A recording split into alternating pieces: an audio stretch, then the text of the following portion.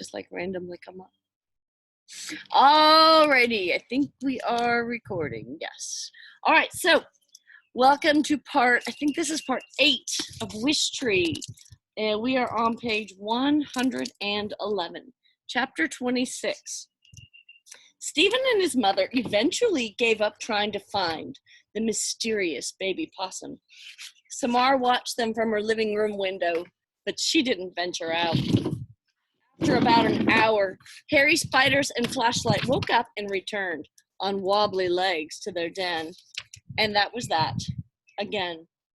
Don't worry, I told Bongo. 3rd time's a charm. What's that supposed to mean? It's just something people say. Charm? Bongo sneered. Did you know that's what people call a bunch of hummingbirds? No, actually. Hummingbirds, which, let's face it, are pretty much just overdressed flies. But a bunch of us crows together, guess what we get to be called? Does anybody know what a group of crows is called? You're about to learn something weird. A group of crows is called a murder. A murder of crows. Can you believe it?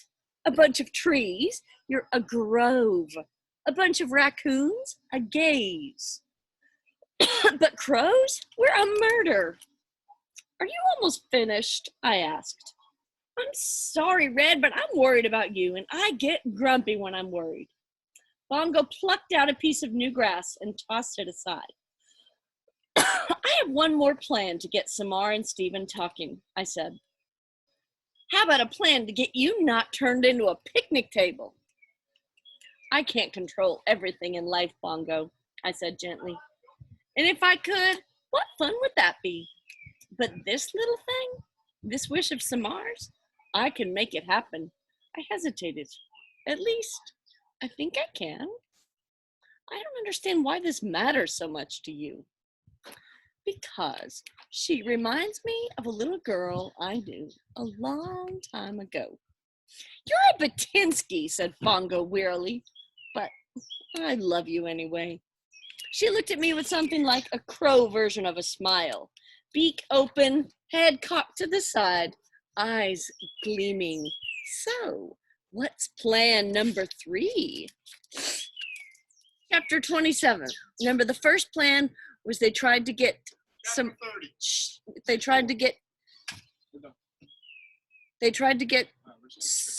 You're not leaving. They tried to get Samar to give Stephen his homework back, but she couldn't she chickened out and gave it to one of his friends. The second plan was the baby possum was going to play dead and they would start talking over that. And that didn't work either. So let's see what plan 3. Chapter 27. Once night had fallen, I sent Bongo on to her next mission. All you have to do is untie Samar's wish, I instructed. Oh, she said. Is that all? Bongo flew to a low branch where Samar had tied her pink-dotted fabric scrap.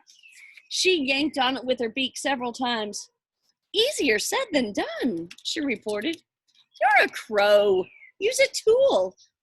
Crows are well known for making and using tools. They're probably the brainiest animals around. Bongo poked and considered. I have a paperclip in my collection. I'll give that a shot. It'll never work, Agnes predicted from her nest. I think owls are secretly a little bit jealous of crows. One by one, heads poked out of my hollows, as well as the skunk den under our porch, to watch Bongo at work. What's Bongo doing, Ma? Asked one of the ewes. It's called tool use, said Big Ewe. No big deal. Folks, if you can't say something helpful, please don't say anything wrong. Bongo returned with a small piece of twisted metal. Straightened paperclip, she explained. Found it on the school playground. With great effort, she managed to slide the straight end of the paperclip into the knot. But, try as she might, she couldn't pull the knot free. Almost got it, Bongo muttered between her clenched beak. Why is Bongo doing that? Harold asked Agnes. There's no explaining crows, Agnes said. Because I asked her to, I said, because it's important to me. With a frustrated groan, Bongo let the paperclip fall to the ground. It's no use, Red, she said. Maybe it's time to give up on this idea. I said with a sigh. I'm not meant to help. I'm meant to sit here. Just sit. A gentle wind rippled my leaves. No one spoke. Wait just a minute, said Big U. Maybe I can lend you a paw. You're awfully heavy for that branch, Agnes pointed out. Let her try, I said, carefully. Now remember, Big U is a mama raccoon. Big U inched her way out onto the limb where Samar's wish was tied.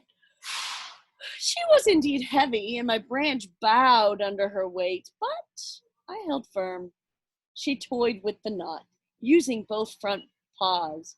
Before long, she pulled the strip free. Ta-da! She cried, clutching the fabric in her right paw. Well, I did the hard part. Bongo sulked. It was a joint effort, I said. Teamwork, and much appreciated, both of you. You have the wish, said Agnes. Now what, Red? Now we wait until Samar comes to visit, I said. And then Bongo works her magic. Chapter 28. All right, one more chapter from this section. Chapter 28. The moon bathed us all in cool blue light as we awaited Samar's nightly visit. She came out in her robe and slippers. Sitting on her blanket, she waited patiently as the baby scrambled over to see her. Around her neck, she was wearing the beribboned key that Bongo had given her. Where's my crow friend? She whispered as the ewes somersaulted in front of her. She looked up from the branches, and I was glad I'd instructed Bongo to hide on Stephen's roof. Right on schedule. Bongo flew to Stephen's bedroom windowsill. She settled on the sill. Samar's fabric scrap dangled in her beak. Carefully, she tapped on Stephen's window, but nothing happened. I told Bongo to be as quiet as possible. We didn't want Samar to see what we were up to. Tap, tap, tap. Louder this time. Still nothing. Stephen apparently was quite a sound sleeper. Bongo looked at me. Her eyes said, now what? She tried again. Tap, tap, tap. Samar started. What was that? She asked. Fortunately, Harold distracted her with an attempt to fly onto her arm. It was more an awkward hop than flight, and Samar giggled. Good going, little Harold, I thought. Bongo dropped Samar's wish onto the sill. Tap, tap, tap! Nothing. She paced back and forth in front of the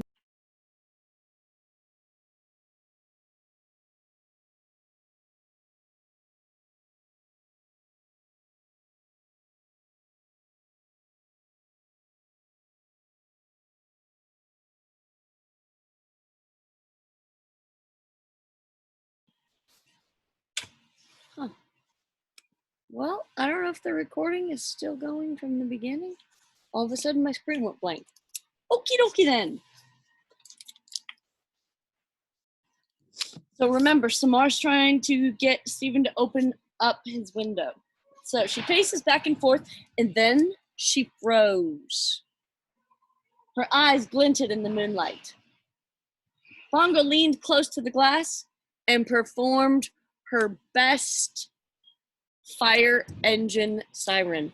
Okay, guys, I'm going to take you off mute for a minute, and I want you to all perform your best fire engine siren. I knew you wouldn't do it, Julian. Come on, can you do a fire engine siren? I can. Like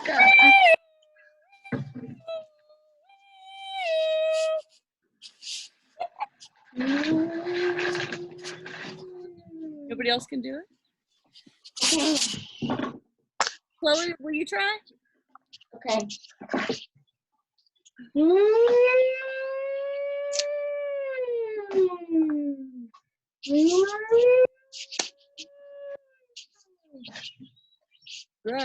What about when it's making this noise?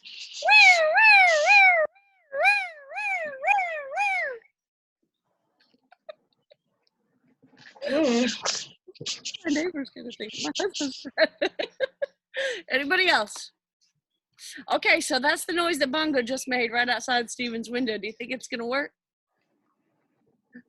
No. Maybe. I don't know either. All right.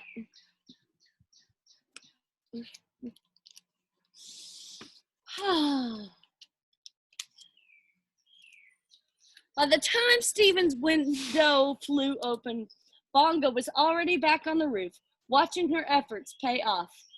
Steven peered out. Let's see here. Oops. Oh, Laura, stop doing that. Close chat. Okay. And close participants. Okay. He rubbed his eyes. He noticed the scrap on his sill.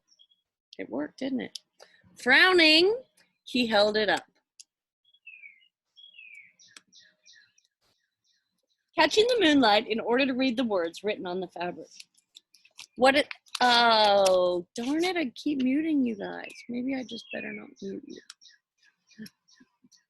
All right, so what does the scrap of fabric say? What does she wish for?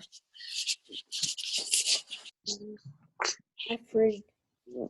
A friend. She wishes for a friend. Good. So Steven just read it. He rubbed his eyes. He noticed the scrap on the sill. Frowning, he held it up, catching the moonlight in order to read the words written on the fabric. He looked down at the lawn. There was Samar looking up at him, surrounded by baby animals. You rock, said Bongo. I think I'd better stop right there.